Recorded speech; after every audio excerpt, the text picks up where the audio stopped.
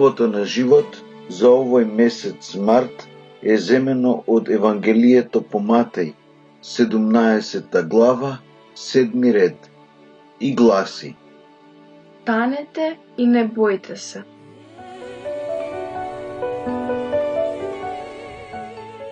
Искачувајќи се со Исус на една висока гора, Петар, Јаков и Иван ја видоа славата на Учителот и го чуја гласот на Отецот кој го призна како син. Тоа е извонредно искуство лице в лице со Бога и му овозможи на неговите созданија да го запознаат во сиот негов сјај. Од страв паднаа ничкум на земја, а Исус ги допре и им рече: Станете и не бојте се.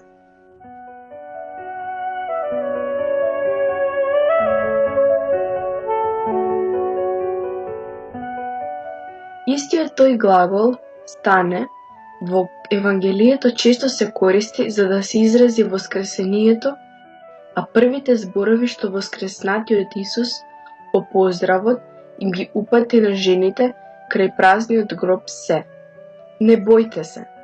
Силните и јасни зборови на Исуса се одлучен повик кон нов живот, кој на учениците им е овозможен преку допирот на неговата рака.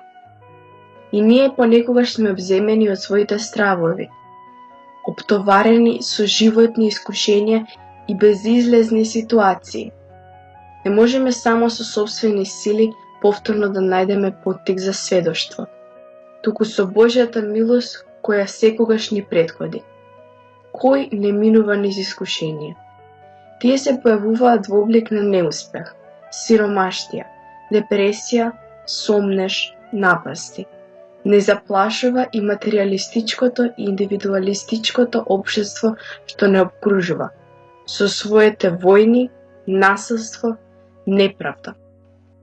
Пред тие ситуации може да се појави и сомнежот: каде исчезна Божјата љубов? Исус навистина влезе во секоја болка, ги презеде врз себе сите наши искушенија. Тоа е љубов, а љубовта го отстранува секој страх.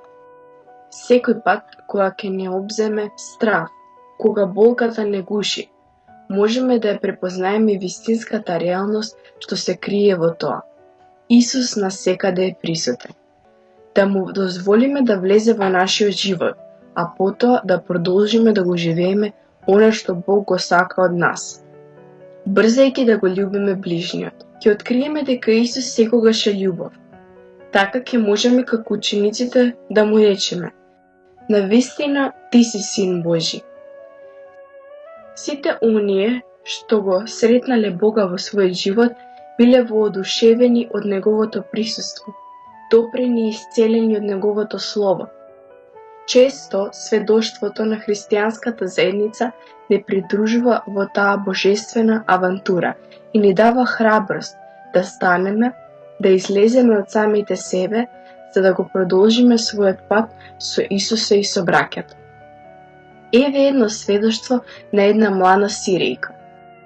Кон крајот на минатата година, мојата земја минуваше низ многу тешки моменти. Во тој град владееше хаос и страв. Бев длабоко загрижена за моето семејство, пријателите и за себе. Во таа неизвестност се обидував да останам цврста во надежта во Бога, трудејќи се да бидам силна и покрај се. Пред тие настани, група млади со кои се трудиме да го живееме Евангелието, планираше да спроведе неколку проекти за поддршка на семејствата кои беа во потреба. Делевме пакети со храна и преземавме други иницијативи. Но ситуацијата не принуди привремено да ги прекинеме сите активности. По неколку дена успеавме повторно да се сретнеме. На таа средба најдовме сила и храброст едни во други. Решивме да не дозволиме стравот да не совлада, туку да се довериме на Исуса и да го продолжиме патот што го започнавме. Со заедничка вера успеавме да им помогнеме на повеќе од 40 семејства, на кои навистина и беше потребна поддршка.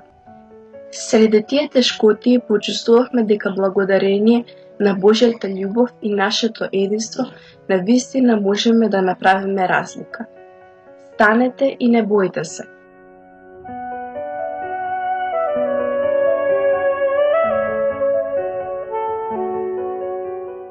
Откако со Исуса се искачивме на гората, за да го сретнеме Бога и да го слушаме Неговиот глас, со Него можеме и да се спуштиме, за да се вратиме во низината, каде што ќе сретнеме многобројни браќа обтоварени со тешкоти, болести, неправда, непочитување, материјална и духовна сиромаштија.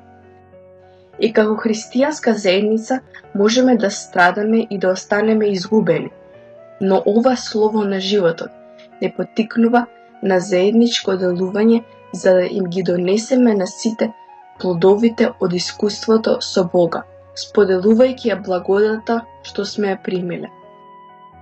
Станете и не бојте се.